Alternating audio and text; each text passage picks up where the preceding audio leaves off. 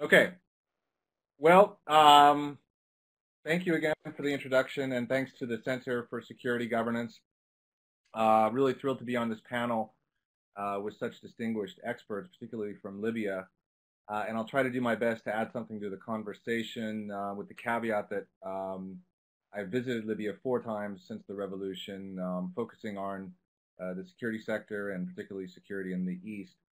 What I'd like to do in my presentation is start out with a characterization of what we mean by militias in Libya, a sort of a brief survey of the landscape, and then get into 4 dimensions of SSR and DDR and why it's been so difficult to unpack and solve the security dilemma in Libya, and then conclude with some thoughts on what I'm sensing from Washington, what the U.S. is doing in terms of assistance, particularly with the training of what's been called the General Purpose Force, a new Libyan army.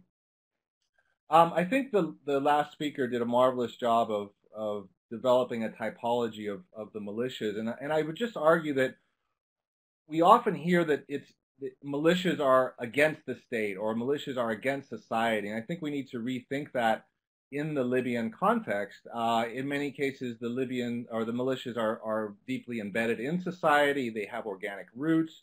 They draw upon a reservoir of social, economic, and political support, and they're part of the state. As we've heard, what has happened over the past, I think, 2 years really, is the development of hybrid security entities in Libya that have elements of formal and informal organizations. And here I'm talking about, as was mentioned before, the Supreme Security Committees subordinate to the Ministry of Interior, the Libya Shield Forces subordinate to the Chief of Staff. We can go on to talk about the protective security apparatus, the border guards, the oil facilities protection force, all of which incorporate militias and I think are still governed by militia culture and militia prerogatives. Of course, these entities have a very tenuous and in some cases hostile relationship with the regular forces. This is the regular army and the regular police. There's some coordination, but in many times it's a story of disconnect. And the balance of power between these different informal and formal actors varies depending on locale. It's a very fluid relationship that is often based on personalities. When I talk to the head of the SSC in Tripoli about how he coordinates with the local police, it's often based on, again, personal relationships among neighborhood commanders. Militias sometimes will float among different patrons to try to secure leverage. There's stories of triple dipping. Militia members are on the payroll of 3 different organizations simultaneously. So the story is really one of overlapping responsibilities, competition, parallelism, redundancy. Much of this can be pinned, I think, on decisions that were made by the transitional government that, lacking their own ability to project force, implemented what can be called a Faustian bargain. I mean, they subsidized these militias. They put them under these umbrella organizations known as the Libya Shield and the SSCs. And the question now is, how do you put the genie back in the bottle?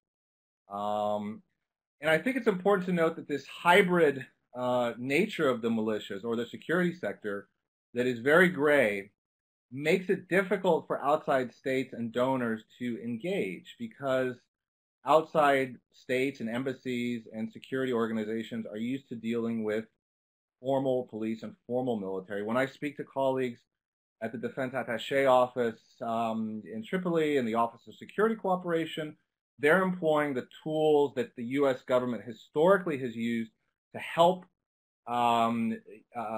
security forces, and this means dealing with army officers, dealing with formal militaries. But as we know in Libya, these structures are really shells. And we can argue that the real force, the real power, lies outside them with the shield forces and the SSCs. I think what we've seen that has been a dangerous development over the past 6 months, is this development of the politicization of the militias, some of them in the SSCs and the Libya Shield Forces, where they've developed partnerships, symbiotic relationships with politicians, some of them inside the GNC. Let me move on to sort of talk about the four dimensions about why this has been so difficult. And I think you can sort of unpack these four dimensions into the political, the institutional, and the organizational, the economic, and perhaps finally the personal and the individual. And again, states, outside donors are best equipped to deal with technical assistance to the institutional and perhaps economic level. But I'm going to argue it's ultimately at the political level that this dilemma needs to be resolved, and that until this political impasse that is driving the polarization of the security sector is resolved, many of these other efforts I think will be ineffective, if not counterproductive. So again, I think starting out with the political, what we've seen in many cases is a real rift between the center and the periphery, broadly defined, between different centers of power, whether Misrata, whether the East that we're seeing with the Federalists. When I talked to the Council of Supreme Revolutionaries back in April about why they were besieging these ministries and why they were using guns to force through a decision, what were they hoping to achieve? I think much of it was personalistic. It was power driven, but also they talked about the lack of transparency, the lack of representation, the absence of the government at the municipal level, the absence of services, the absence of infrastructure, and obviously we see that at its most starkest with the Federalist movement and the shutdown of the oil production. Much of this, I think, also stems from the dysfunctionality of the GNC and its political immaturity. The fact that the committees don't function, people at the local level don't feel like they have representation. In a normal functioning society, if you're not getting something done at the local level, you would go through your elected representatives. But there's a mentality now, I think, where guns are still the currency of leverage, and we're seeing this, I think, spread to a dangerous degree. We can also tie the security situation to, I think, the absence of a judiciary. The state is absent as an arbiter. The police are absent. So these militias are simply filling the void. They are self-defense forces in communal rivalries, in so-called micro-revolutions, the settling of old scores. We see this in the conflicts between various towns, between those that were favored under Gaddafi and those that were not, even within Tripoli itself. And I think at a broader level, what we're seeing now is a contest for legitimacy, for revolutionary legitimacy. How is it defined between those who accommodated to some degree the Gaddafi regime, between those who fled abroad and came back?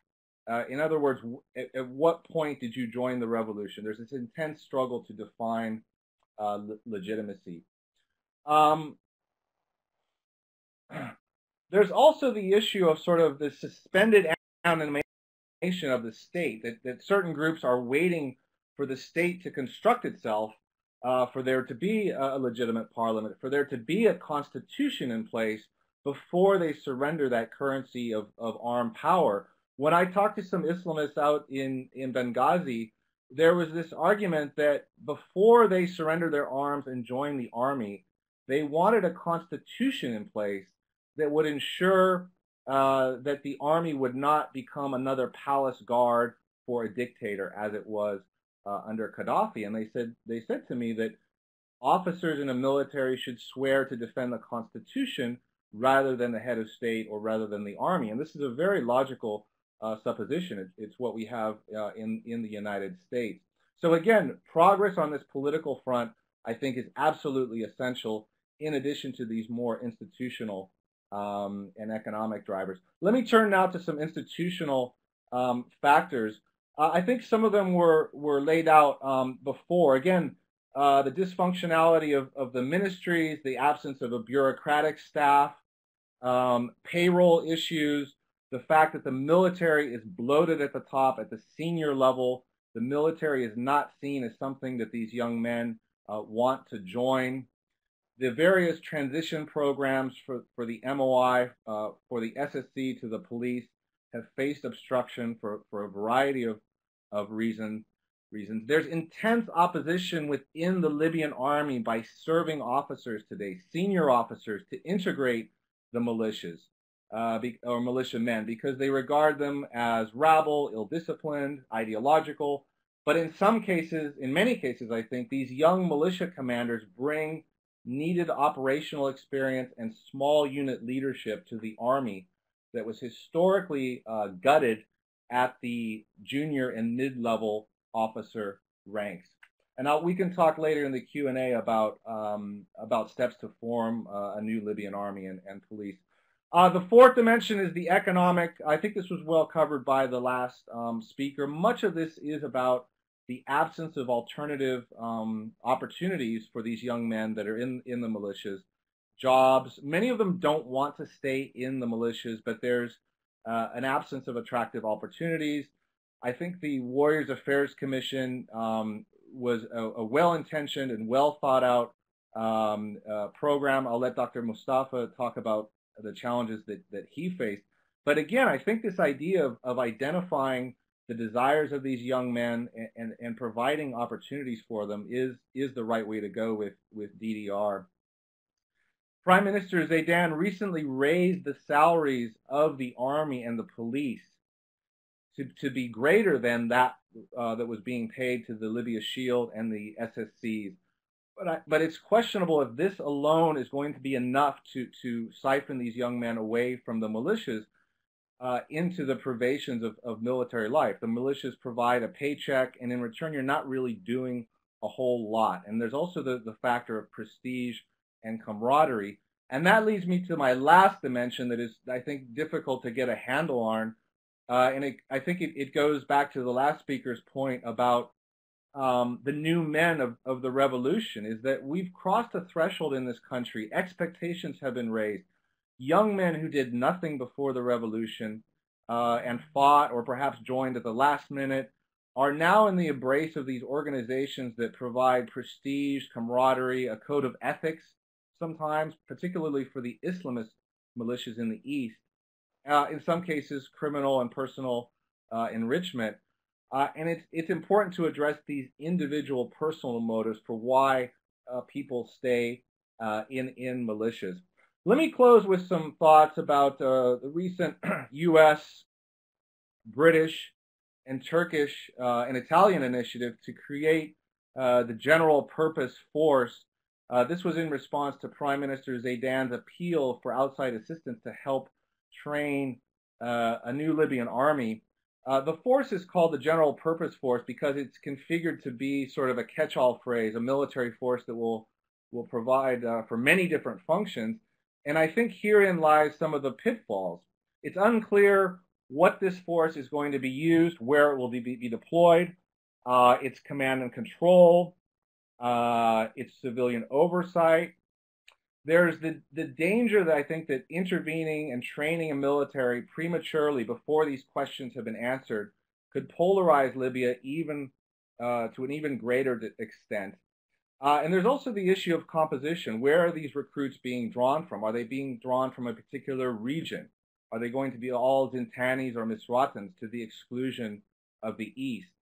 And I think there's a long history of lessons that we know from previous efforts to train militaries in fragmented conflict zones, that these militaries end up being sort of Frankenstein creations, perhaps militias among militias that can be wielded against political opponents.